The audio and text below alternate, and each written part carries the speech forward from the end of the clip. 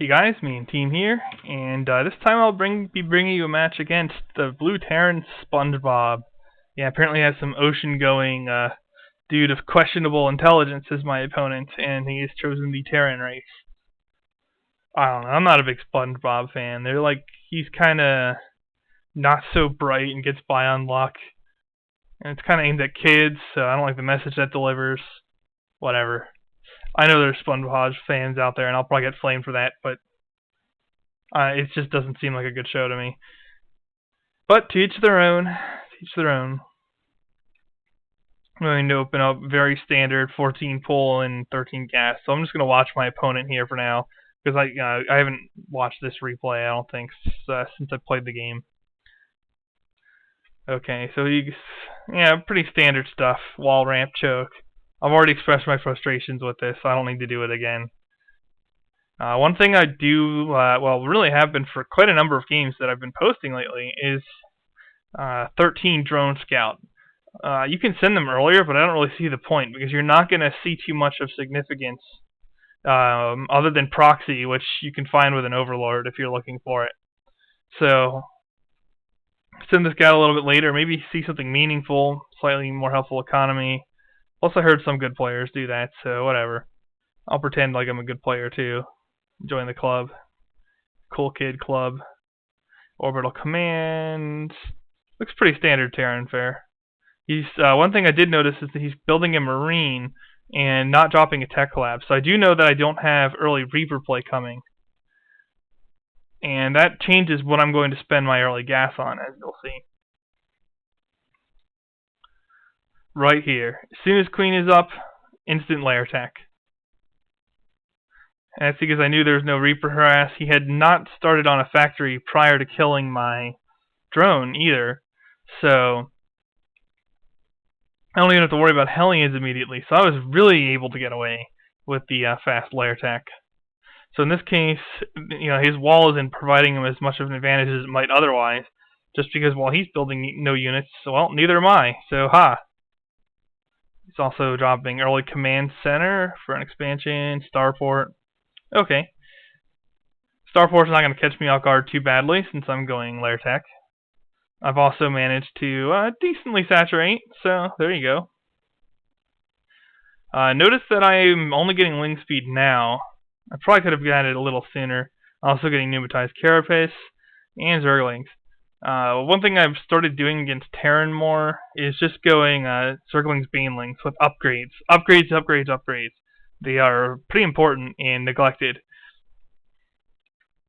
And if you're looking at Bioball, Lings and Banelings, it's not a hard counter, but it's a favorable matchup. And there we go, drop the Baneling nest. Start producing Zerglings. And notice I'll throw an Overseer over here. So I see the Vikings pretty much as soon as he builds them. Almost lose my Overseer. And also I've been keeping a couple Lings here, not just to check for expansions, but also to run up here and see what he has if he builds anything near his ramp choke, which Terrans do sometimes. So yeah, I see the orbital command pretty much right away. And nothing the Terran's doing is catching me off guard just yet. On seeing the air, I built a second queen, and I dropped the Hydra Den. So Viking play isn't going to really rough me up too much. I think in the future, when I go Lings and Banelings, I'm just going to drop a second evolution chamber, because I want the upgrades faster. And in this game, I've really started to accrue a lot of resources, and there's no need for that. Terrence supply locked himself. Good job. And yeah, there I get my Zergling just blown to bits instantly by the nerfed siege tank, which still one-shots them if you don't have an upgrade. But that lets me know he has tanks too. And work some scouting here, make sure he's not sneaking a third on me or anything. But also I just want to see what he has on his base. Now he is going a couple more barracks, but he's sure to get out his siege tanks first, right? Right. Now you think I'd be really behind here, and because of the fact that he is an expansion, and almost every good Zerg player you see goes fast expand. But there's some hidden costs with expansions, and I think even some of the better players don't consider those hidden costs. For example, the amount of SCVs and supply you need to pay for an expansion, or drones and overlords, whatever. To saturate an expansion, you need like 20 plus extra workers and a supply investment plus the cost of the building itself. So I mean, we're looking at almost 1,000 minerals that the Terran is sinking into this expansion, and really it takes time for that to pay off. And any type of harassment on the expansion or destroying it, or timing pushes, anything along those lines, and all of a sudden the advantage isn't as great as it initially appears.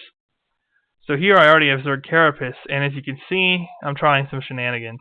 I have Pneumatized Carapace and Ventral Sacks. And yeah, I still have the Queen Tin Hydras left behind here. So he gets my Overseer, I get a Viking. That's a decent trade for him. There's mine costs more, so he did good there. But what I have managed to avoid is him just dicing all my overlords with Vikings. And he actually quit on the Viking play after seeing that I had anti-air. So now in comes the drop. He actually suspected this, I believe. I don't think he saw it outright, but he had plenty of reason to suspect foul play when he didn't see an army there. So he basically ran the overlords down. Now here, I get in a little bit of trouble, but get one overlord killed before it drops anything. But then I get the rest of them get their units off. And I get to take out a couple tanks, most of his marines. Yeah, he doesn't have any marines now, just his 3 tanks. A couple of these Zerglings run down here for some reason, start killing workers. I didn't notice that. Apparently he didn't either. And oh no, what's he doing? He just lost 2 tanks that are low health, and he had a bunch of SCVs nearby to repair. At this point, I was getting ready to rage. I was like, oh come on, I'm going to lose again to this Terran nonsense. But no, I didn't give up this time. This time I'm staying in. Because I realized, hey, I killed off a good amount of his SCVs, so his economy's down right now. And I just killed most of his army, so I'm not that far behind. I'll just run some more lings up here. And I have 1-1. Notice that he only has 1-0, so I actually have an upgrade advantage on him. And with the tank nerf, they're not as strong against Zerglings now. Oh, blown to bits by your own dudes. No, get that. Oh, no. Got another Zergling on the tank. And I also brought up my Hydras since I realized that this was going to be close. Start firing at the bunkers. Terran gets distracted here. Actually. Oh, what's it? APM is M. Okay. Terran gets distracted here and loses his tank. He does kill off my Hydralisks. But, yeah, look at this. What's this APM doing? I don't know. I mean, I'm not playing perfectly by any stretch. I fell behind a macro because I thought I'd lost, and because I didn't anticipate the amount of overflow money I'd have from my Ling strategy. And I have like a third of his APM, and still, I'm looking good here. I mean, he's got some Vikings. He should be using them right now. And now I'm up to, or I think, I don't know, at least researching. Yeah, I'm researching Carapace level 2, but he just has nothing. And this is really bad. He's training up some Marines, but I'm just going to keep sending units. Yeah, smooth on my part. I ran back outside the ramp. Good job. That was brilliant.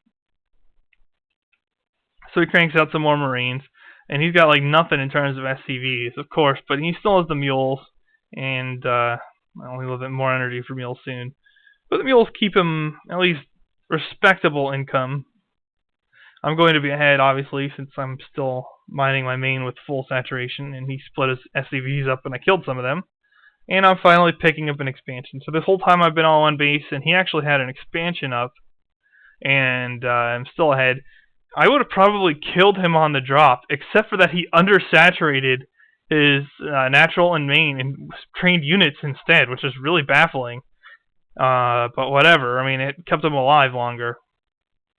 If he didn't have a couple extra units, these Zergling, like a couple extra tanks or the Marines, whatever, yeah, just a little bit less, I would have been able to kill all of his forces here and cause big problems. But instead, he actually held me off somewhat. So now we're doing a very late in the game Baneling bust, and that's gonna just completely open things up.